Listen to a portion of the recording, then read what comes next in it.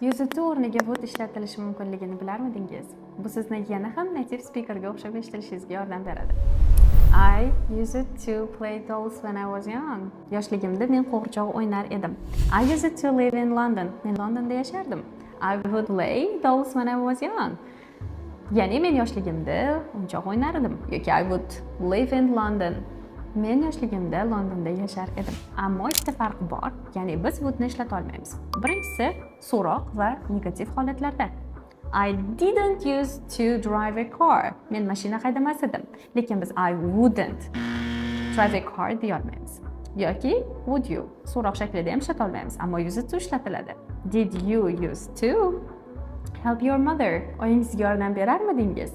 Ikkinchi farqi, bu ulardan keyin holat fe'li kelmaydi. Ya'ni I would love BTS deya olmaymiz. I used to love BTS deyishimiz kerak. Yanada ko'proq videolar uchun obuna bo'ling.